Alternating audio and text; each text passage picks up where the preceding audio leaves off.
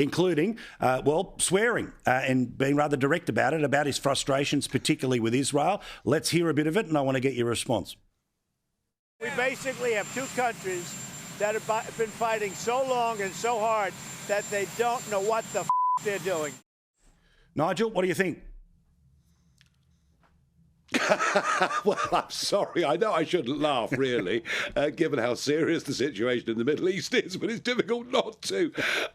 It's very Donald. It's very Donald, very direct, and he's showing his anger. You know, he is trying like crazy with Russia and Ukraine. He's trying like crazy now in the last 24 hours with Israel and Iran. And, yeah, Israel aren't playing the game. Look, he wants to be a peacemaker. That's his instinct. It always has been. But I'm afraid this situation in the Middle East is going to rumble on, I think, for some considerable time. Yeah, interestingly, Iran, in the past couple of minutes, has released a statement suggesting the Revolutionary Guard says that the final wave of attacks, they fired 14 missiles, and they did so apparently minutes before the ceasefire. So again, the position of the president in all of this is when things land, but at some point you've got to rule a line under it. From the Israeli perspective, though, Nigel, apparently this has been fatal. There have been lives that have been lost by that final missile landing post. And obviously, and always, every government wants to respond when one of its own dies. Yeah. Well, I mean, the best hope we've got is that Israel have done this because they want to have the final word.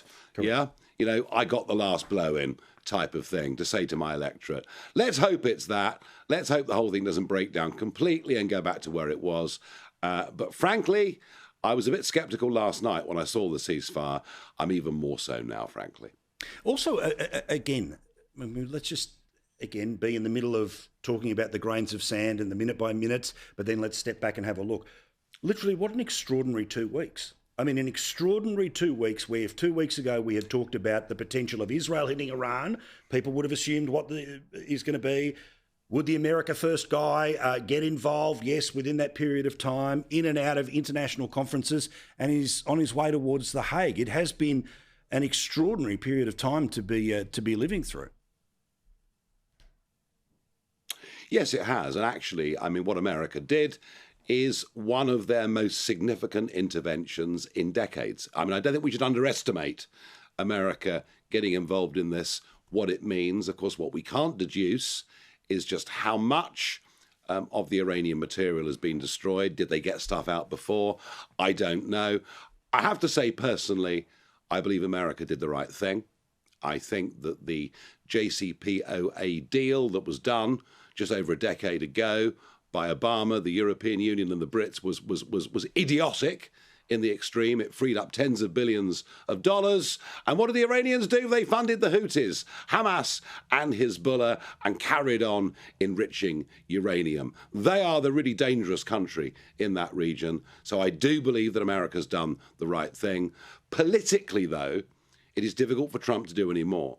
The idea of sending the US Army in, I just don't believe the MAGA movement, be it Steve Bannon or anyone like that, would frankly put up with it. So I think Trump saw this as a swift intervention.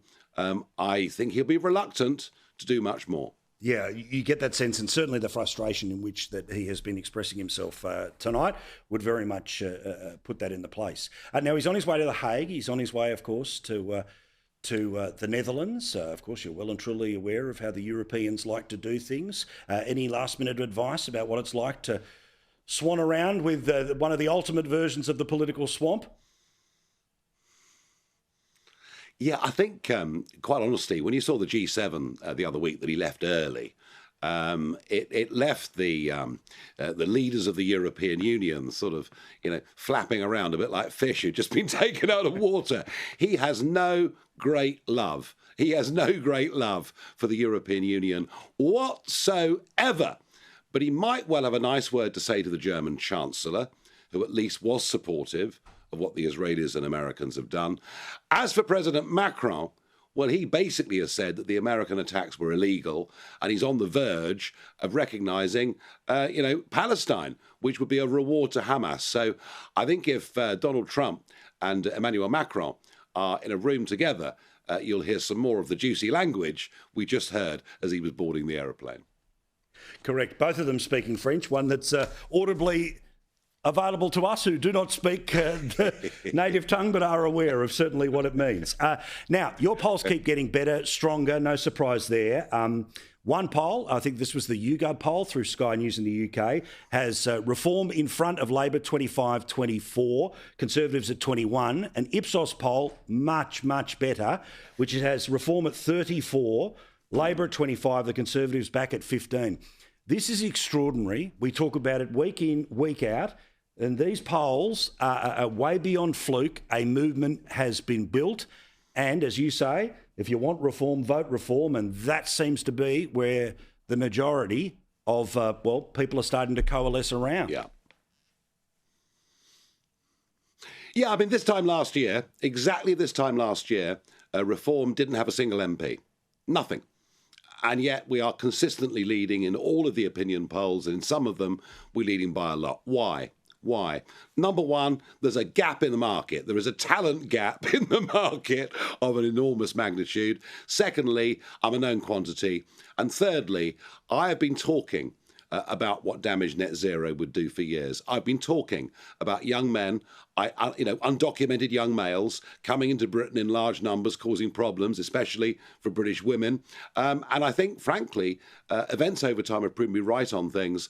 This country wants someone to come in, fix it, and turn the country around. And right now, they're beginning to place their faith in me. And do you know what? And I actually think they're right to, because I'm not afraid. I don't back down, and I know what I believe in.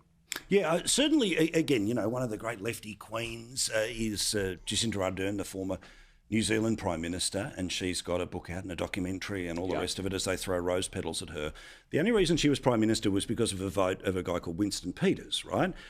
New Zealand First is his political movement. He has done the same to put now the National Party in as the leaders in New Zealand, and he's come out today. And he has spoken very strongly about low-skilled immigration. Put simply, his words, New Zealand has enough Uber drivers. Yeah, I know Winston very well. He's been a friend of mine for a long time. I've even taken him to the Oval to watch cricket. So Winston and I think very alike. He's never been afraid to say what he thinks matters in New Zealand politics. He doesn't even make much of his own Maori background. He just is what he is. As you say, he has become the modern-day kingmaker in New Zealand politics. And he's right. Low-skilled migration, in the end, costs a country money, and it makes no sense. Good man. Thank you so much. Thank you, Nigel. We'll talk to you again next week. Nigel Farage, leader of the Reform Party.